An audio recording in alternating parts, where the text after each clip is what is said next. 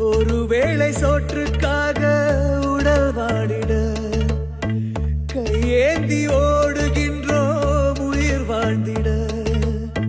பசி என்ற தீயில் இறைப்பை சாம்பல் ஆகுதே. மனிதநேயம் எங்கே இங்கே செத்து போனதே. இருப்பவன் கொஞ்சம் தந்தால் இல்லாத ஏழை இல்லை. கண் திறந்து